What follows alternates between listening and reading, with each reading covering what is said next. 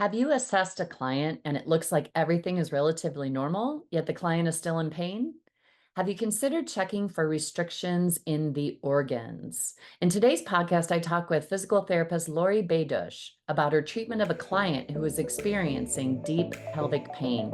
Hello, friends. This is Lynn Schulte, and you are listening to the Birth Healing Summit podcast. We are here for meaningful conversations that will transform the way you work with pregnant and postpartum clients. Whether it is a new perspective, tool, or technique, you'll be able to implement it into your practice today. I invite you to sit back, listen with an open mind, and grab the golden nugget today's guest has to offer. Now let's get started. Hello, everybody, and welcome to this episode. I am so excited to introduce you to Lori Baydush. Lori is a physical therapist in North Carolina. She has studied with me for a long time. She is currently a part of the Birth Healing Intensive group of practitioners going through that program. And Lori had a really cool case study that she wanted to share with us. So Lori, you want to go ahead and tell us about that? Thanks, Lynn. So yesterday in clinic, I had this young woman. She's about 25, and she's Spanish-speaking native, but so she did about 75% English. So her husband was there helping with the translation. So that actually was a part of this. And she comes in, and she was referred for pelvic pain by a urogyn friend of mine. And she comes in, and she goes, I'm stuck. My pelvis is stuck. And she was standing and she couldn't shift her weight right and left. She couldn't ab and adduct her hips very well. And she said, it hurts inside, deep pain inside. And her husband was there, but I was kind of following her drift. I knew what she was saying. She couldn't spin her hips in a circle. She couldn't do a pelvic circle. And she worked as a machine operator, so she had to stand all the time. So she was pretty tight. So then I was talking to her about her past medical history. She had a miscarriage about a year ago, and they were trying to have babies, but she was having some pain with intercourse. But the most impactful thing was she couldn't move as well as she wanted to move. So on her pelvic exam from the gynecologist, there was muscle tension, muscle tightness, and that was what triggered the referral. So I'm working with her, and I had her stand up, and she's this little tiny girl. And I put my hands on her shoulders, and I kind of was like, my whole hands were covering her whole shoulder. She was just this little Yeah. tiny person. And I felt she was just kind of going forward, and her back was really arched, and her tailbone was pointing backward, and she just had this restriction in her pelvic. It just felt tight and just felt I could feel it being stuck. But Mhm. she could move. She could touch her toes. She could squat all the way down. She could lift her knees up. So she was kind of faking me out a little bit. I was like, well, what is this? What is this? So then I laid her on the table. And when she laid on the table, I have the foam pad. So I was able to kind of feel in her sacrum. Sacrum was very, very stuck. And I went to the left side, and it was stuck. Went to the right side, most stuck in the very center of the sacrum. And the tailbone was curled under. And then I tried to move the iliums, didn't want to move as well. Ischium still didn't want to move as well. But she could do all kinds of hip range of motion. She could do Faber, she could do um, ab and adduction. But when I got to flexion, it was limited on both hips. It was limited at the end range of flexion. So again, it was still not following the pattern that I normally see, or that you would see like in a hip derangement or hip, something like that. Right. So then I started feeling her belly. Um, and I was walking down. Her breathing was good, but her belly, when I went down to do the um, lower abdominal release and find out where her bladder was, just I didn't know exactly what it was, but I felt some kind of resistance on the left. So then I'm thinking, okay, well, I asked her, do you mind if I do an internal exam? And I talked with her husband who was there, and she agreed. She was kind of a little bit goofy about it because it was kind of weird. But again, I didn't have a whole lot of English to go with, which was another part of it. So I started doing her internal exam, and I did my shoulder hold with my fingers on the tailbone and the ischium, and I gently went into the canal, and I was feeling around the pelvic floor, and the left was tight, on the right was sort of buggy. I could feel something was going on the left side. And then I went around to the urethra. That was moving fine. But as I kept going up higher, I got drawn up to feeling the fornix area up in the front. And I went over to the left, and she was, that's my pain. That's my pain. And I could feel on my other hand that there was the connection between the sacrum and that left side of the cervix. So I started kind of bracing the sacrum, and I went over to the left side. I kind of just, I was, my words were gliding. I was kind of gliding the cervix to see if that would move, and just trying to give it some space and give it some space. And then it started to go. And I was like to myself, oh, it's going. I got excited. It's like, it's going. And then my fingers released in the bottom. Their sacrum started to move. And I went around again and checked different things. The pelvic floor was let go on that left side again. And her eyes went, my pain's gone. And I said, it is? Because I was excited too. I said, so then we went back and rechecked. Her hamstring length was long. Her hips could flex, they could rotate around. She stood up, she could squat, bend, do whatever she had. She could do her pelvic circles. She goes, I can move. I can move. I was like, and her husband was like, wow, does that mean that we might have easier time with having sex? And I said, well, I hope so. I said, so then I showed her my models, and I think this is what it appears that I did, was the uterus seemed to be more connected to the left side and more stuck on the left. So when I allowed it to come back to the middle and let it go back up again, it let the sacrum move, and that freed up the hip rotators to have that rotation. So for her homework, I gave her, I had her do some pelvic circles, sitting and standing. And then I had her just kind of check in with her, use her fingers, kind of feel on that uterus, and just kind of just very, very gently just check in, just to see that she was connecting to that pelvic space. And then do some Kegel exercises to lift and lower, just to get some movement through there. And I didn't want to spend too much time on specifics. I just said, just allow this area to move up and down, connecting with the uterus, just to make sure that there's like, I didn't want to say energy. I just said to connect. Right. And Yeah. I wanted to do her pelvic circles. And then I just said, just very gently connect with your partner and try some internal work first and see if there's space, and then see how it would feel with intercourse. And if you feel good, great. I said, I'll send you a message. You can reply in 3 days or so, and then let me know how you do. Oh my So gosh. she was so excited and worked out. That's so amazing. So that is showing us how much restriction in the organs locks down everything around it and what it's attached to.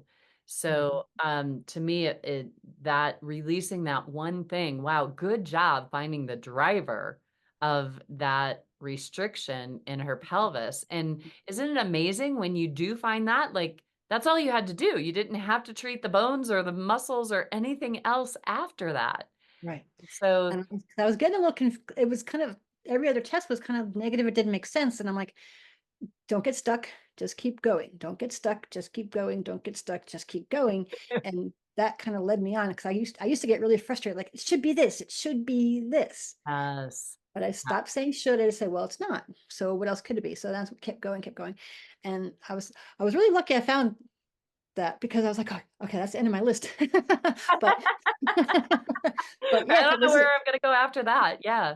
So, but I would have found somewhere else to go, because I would have been curious, and I would have just kind of, I wouldn't have said no, but if I ran out of time, I would have had to say no. But it right. was really, really cool.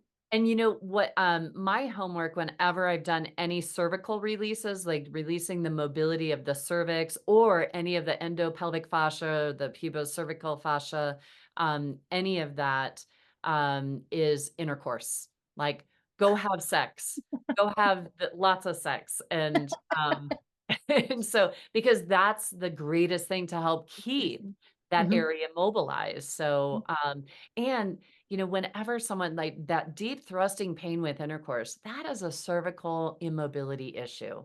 The mhm, cervix is not happy and doesn't like that deep thrusting, and we need to know how to manipulate that. And so, thank you, for listening into this and for sharing that, Lori, because it's so important when we're doing intravaginal work.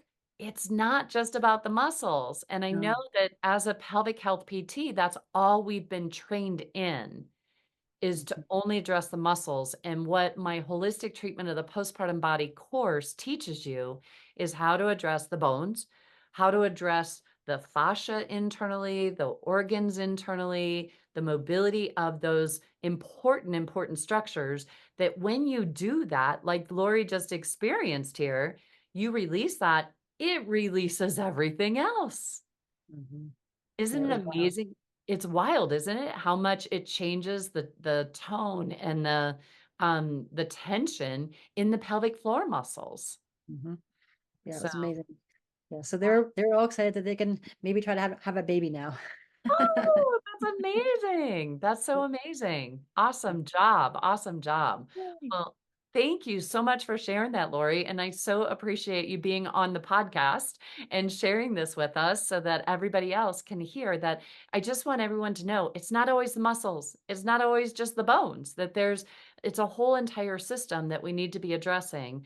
And I truly know that the holistic treatment of the postpartum body course can give you all the skills to be able to address these issues as expertly as Lori did in this case. That's such an awesome case study, Lori. Thanks so much for sharing that.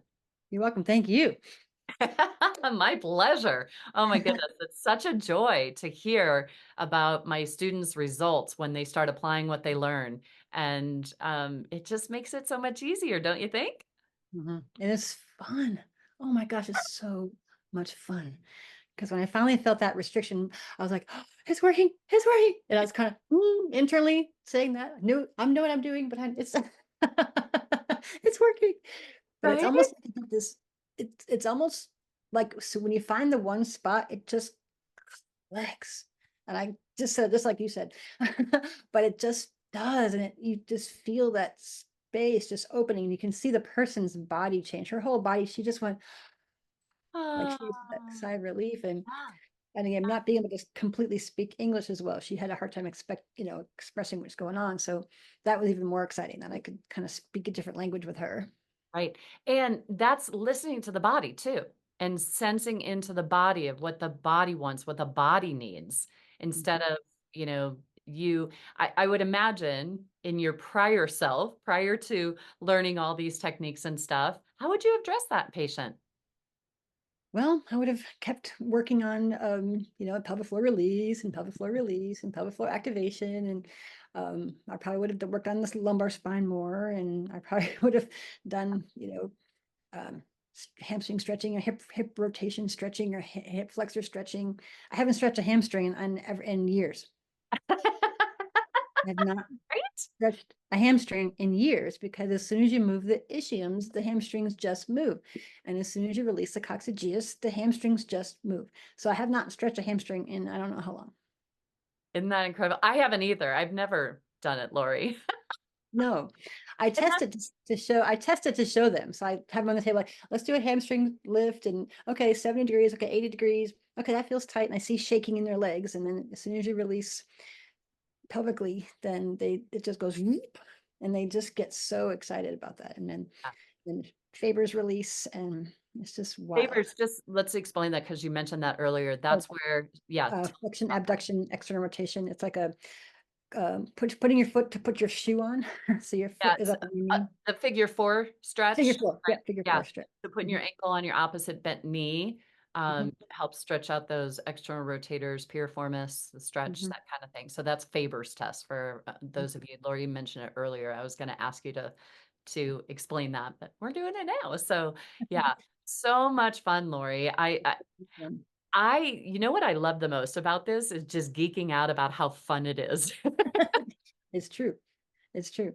Yeah. And she was, now that I think about it, she even mentioned that she said she had gone to a chiropractor. I went to a chiropractor and then it got worse. And I was like, oh, okay. I forgot that part. That is so critical because I had a client in earlier, just yesterday that I saw that was a lot of a rib. She's like, I feel like my rib is out. And she said, I went to a chiropractor to get an adjustment and it made it worse. When Mhm, I hear that, everybody, I immediately think organs or viscera. And mhm, for her, her lungs, she had gotten COVID. So it started in her throat and then it went into her lungs. And her lungs got really sticky on each other. And it had created this kind of rotational pattern in her body. Actually, she was getting pulled down, but yet her shoulder was getting pulled up. Weird, weird presentation. But it was the lungs that needed the release work to help her to straighten all out. And that's the visceral manipulation work from Baral that is so brilliant in the body. And that's what you experienced too with your client. It was the viscera, it was the cervix and the uterus being restricted that the body was protecting around, just like my rib lung client here. The body's protecting around this restriction, causing all these issues. And if we just stick with the bones and the muscles, sometimes we can make it worse. Yep. So if you're making people worse or their pain gets worse, it's not that. Whatever you addressed, it's not that. It's something deeper. And I would encourage you to learn how to work with the organs in the body, because releasing the organs, then the body just naturally relaxes and the muscles, tissues, joints all let go. So, Exactly. Yep. yeah. Oh my I gosh. found that so many times. So it was just so much fun. We were all like laughing and smiling. It was just a good day. Well, I bet that husband was really excited after that too.